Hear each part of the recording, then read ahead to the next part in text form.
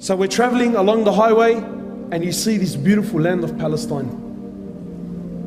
And in the midst you see this odd object, this object that has nothing to do with the surroundings. And it's a container, just a container that's sitting in the middle of bush. You think, how did that possibly get there? You know what it is, brothers? Assalamu alaikum wa rahmatullah. Bismillah walhamdulillah wa salatu wa salam ala rasulillah. Last year, alhamdulillah, Allah subhanahu wa ta'ala gave us the honor and the privilege to perform Hajj. And then from Hajj, from there, we flew over to Jordan. So when we reached Amman, Jordan, we went there with the intention of going in to Palestine. So from there, we jump onto a bus and we head in. And as you get to the borders, you see the Israeli flag stands extremely high. And subhanAllah, automatically, your heart starts to beat. So you enter this place and you go through this whirlpool of emotions. Some of it is anger, some of it is fear, some of it is frustration. So you get to the borders, and keep in mind, you're an Australian, you got an Australian passport, and you get there, and wallahi, from as soon as you see them for the first time, it's like something enters the heart. It's like a poison enters the system. And from as soon as you make contact with them, no smiles, no welcomes, no nothing whatsoever, you're automatically made to feel like an outcast. So you get to the border there, they take you off the bus, you walk in, and you sit for an hour, 2, 3, 4, 5, 6, 7, 8, and you haven't been questioned yet. You're an Australian that wants to go in, and you haven't been questioned yet. And as you sit and you watch, you'll see a Palestinian citizen, an old senior man, a man who we might call Ammar or Hajj, or an old man, at least at the age of 70, 75 years of age. And you see a young Israeli soldier, a female, maybe about 18 years old, 19 years old, talking down at him, giving him orders, Wallah al-Azim, like he's an animal, like he has no value, no worth, nothing whatsoever. Talking down at him, full if you could call it talking, it was more like barking, right? And you feel it, Wallah al-Azim, you feel it. And you sit there and you bite your tongue. And this is a Palestinian. This is an old man who is supposed to be receiving some sort of respect, and he's been spoken down at by a little 18-year-old. Anyway, so you sit there, and then eventually they call your name, and then a young lady, and don't think it's a coincidence that they're ladies. It's not a coincidence that they're ladies. Then a young lady will come over, she calls you out, and then you got to follow her. You walk into the room, you sit down. Who are you? Why are you here? And then she starts to ask, why have you come to Palestine? And what, sorry, they call it Israel. But why are you here? What business do you want from here? Why do you choose to come here? Why didn't you just go straight home? Full on. And this can carry on. She'll talk to you for about half an hour, then she'll tell you to go back, and then you sit an hour, 2 hours, 3 hours, then she'll come back, she'll call you back out, she'll ask you the same questions again, then she'll send you back, then you sit down for an hour, 2 hours, and then and then someone else will come and call you out, and then they'll also ask you the same questions, then you'll go back, and then you sit for an hour and for 2 hours, until eventually you lose whatever love and whatever desire you had to go in is lost. And then they tell you come in. That's if they tell you come in. And then from as soon as you walk in, you can feel the oppression. You travel on their roads, and for kilometers on end, concrete high walls for kilometers and kilometers and kilometers separating. And then when you reach their suburbs, the concrete walls, they start to have paint and artwork so that it doesn't look as intimidating. And then you get there, and then you want to enter the Quds, the holy mosque. and it's surrounded by Israeli soldiers. So you come to walk in, you got to show your passport, proof of ID, and there's a man there, an Israeli, holding a fully automatic weapon, and I need to justify myself to him to why I need to enter the Masjid of Allah. Anyway, so you walk in, you show your ID, you go in there, and you walk into the Quds, and wallahi, it's like the walls are crying. There's no youth, because they don't allow them. No youth.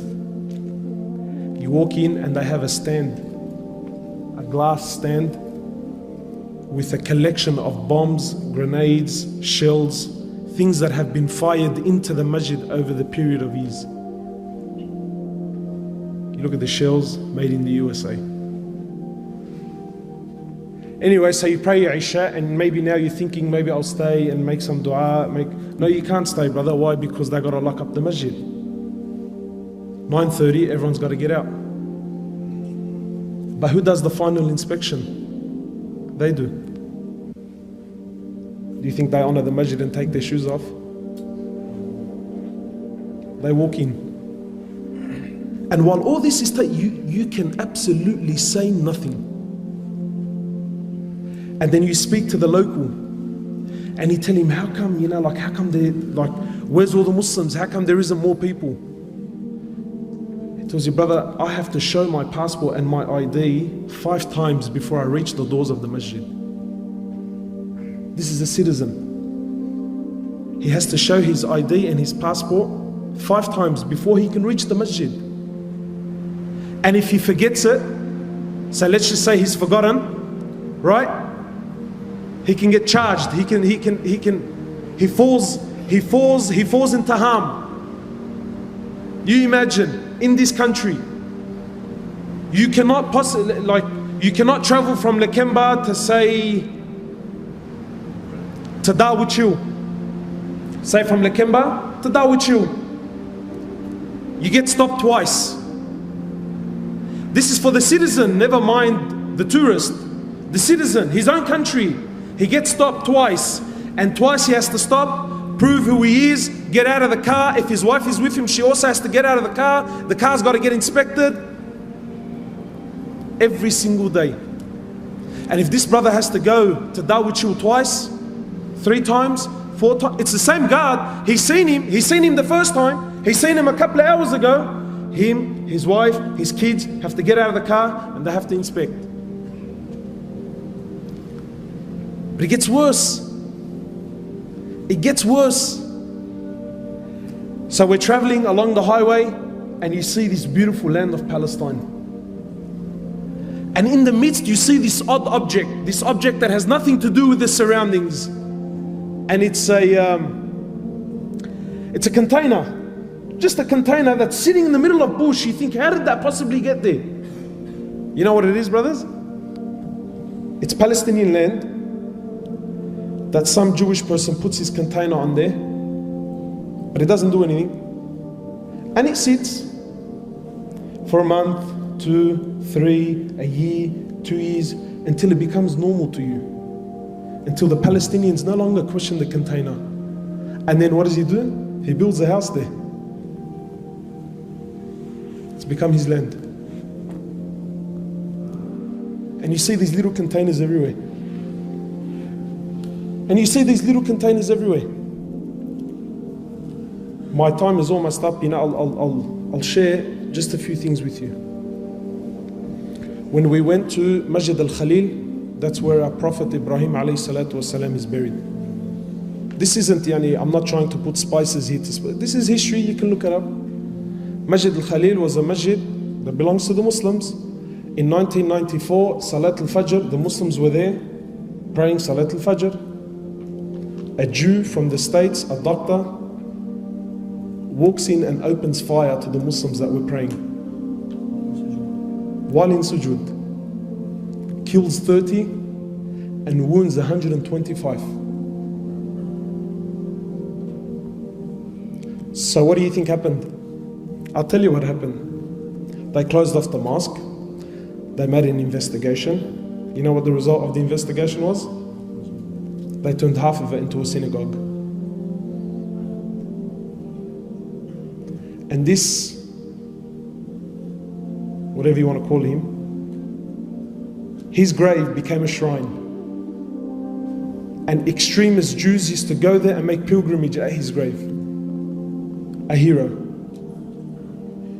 You know, my brothers, wallahi, when you visit Palestine, it's not like hearing about it and seeing it on TV. You see the oppression in the eyes of the Muslims. Wallahi, you see it. And you can see in their eyes that they've given hope in the Muslims. Wallahi, there are so many experiences that I wish I could share with you, but my time is short. But finally, the reality is that they want you to forget about Palestine. And that's the truth. They don't want you, they don't want your money, they don't want your tourism, they want nothing. You and this place needs to finish. And so long as this place is not in the eyes of the Muslims, it's not in the hearts of the Muslims, then for them this is good. Have you ever asked yourself, why is it we know so little about Palestine? I'll end with this. This was a request of the Imam of Masjid al-Quds. He said to me, please go back and tell the youth of Islam to come and visit this place. He said, come and visit. And wallahi, understand that what's happening in Palestine is very real. Very, very, very real. Jazakallah khairan.